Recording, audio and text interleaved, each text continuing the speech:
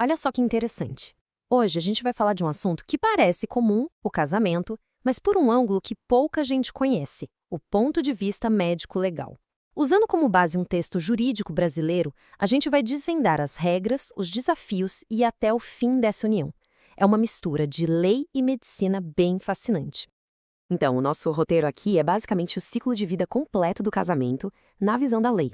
A gente começa pelo começo, claro, o que é casamento, afinal. Depois a gente passa para as regras, quem pode e quem não pode casar. Aí a coisa fica séria. O que invalida um casamento? E aqui entra uma parte bem curiosa, que é o papel do médico nesse processo todo. E para fechar, vamos entender como é que os casamentos terminam legalmente. Bom, vamos lá. Começando pelo básico do básico. O que a lei entende por casamento? Porque, veja bem, não é só uma festa, uma cerimônia bonita. Para a lei, é uma instituição. E bem complexa, viu? Uma ideia que foi se transformando muito ao longo dos séculos. Basicamente, no fundo, a lei enxerga o casamento como a base da sociedade, sabe? O tijolinho fundamental para construir uma família.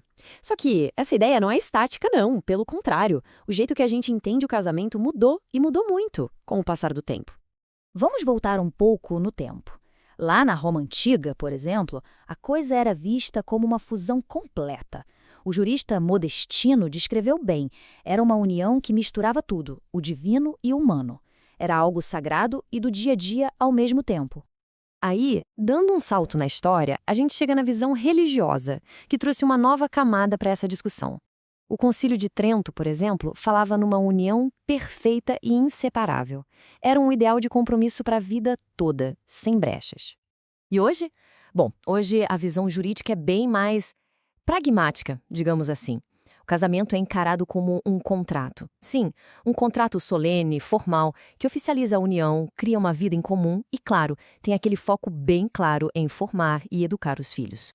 Ok, então, se a gente está falando de um contrato, todo contrato tem regras, certo? E no caso do casamento, algumas são bem rigorosas, definindo direitinho quem está apto ou não para participar dessa instituição.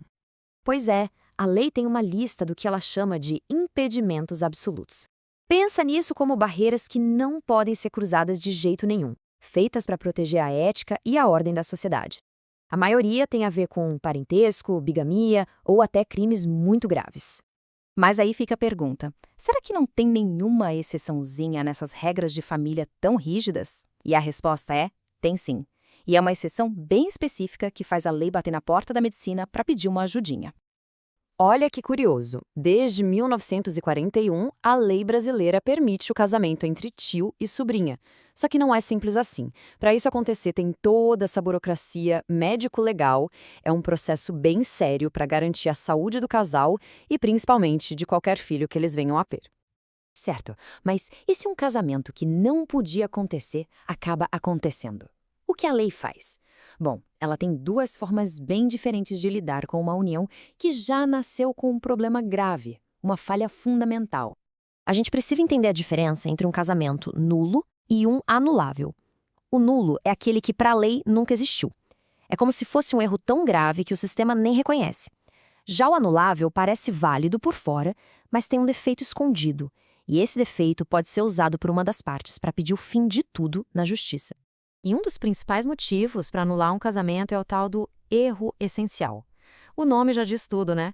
É quando uma pessoa se engana sobre algo fundamental da outra. E não é qualquer engano, não. São coisas muito sérias que, se fossem descobertas antes, fariam a vida a dois se tornar insuportável. E o casamento, claro, não teria acontecido. E exatamente aqui, quando se alega um defeito físico, que a história fica ainda mais interessante. O tribunal, para resolver a questão, chama um especialista, o perito médico. A sala de audiência vira quase um consultório. Uma das coisas mais complicadas de provar na justiça sempre foi a tal da impotência coiunde, que é o termo técnico para a incapacidade de consumar o casamento. Pensa só, como é que se prova uma coisa tão íntima, tão privada? Era um baita desafio para o sistema judiciário. No passado, as tentativas de resolver isso eram, para ser bem sincero, terríveis. Envolviam métodos públicos super constrangedores, uma coisa humilhante mesmo. Mas, ainda bem, a ciência forense avançou muito e deixou essas práticas para trás. Hoje em dia, a abordagem é outra, totalmente científica. Os médicos contam com uma série de exames objetivos. Isso permite descobrir a real natureza do problema, se é físico ou psicológico, com uma precisão infinitamente maior e, o mais importante de tudo, com muito mais dignidade para as pessoas. Bom, mas a gente sabe que nem todo casamento é para sempre. E quando chegar a hora de terminar, a lei aparece de novo para organizar as coisas. E aqui é muito importante entender uma coisa: separação e divórcio não são a mesma coisa. Para simplificar, a separação é tipo dar um pause no casamento. As obrigações de morar junto e de ser fiel acabam, mas o papel ainda diz que são casados. Já o divórcio é o stop definitivo. Ele rasga o contrato, dissolve o vínculo por completo e libera as pessoas para, se quiserem, casar de novo. Antigamente, para conseguir uma separação judicial, era preciso ter um motivo bem forte previsto em lei. Coisas como uma conduta muito grave de um dos dois, a vida em comum ter acabado há mais de um ano ou até o aparecimento de uma doença mental grave e sem chance de cura. Só que é fundamental saber que isso mudou. Esse contexto é histórico. Em 2010, uma emenda na Constituição simplificou tudo.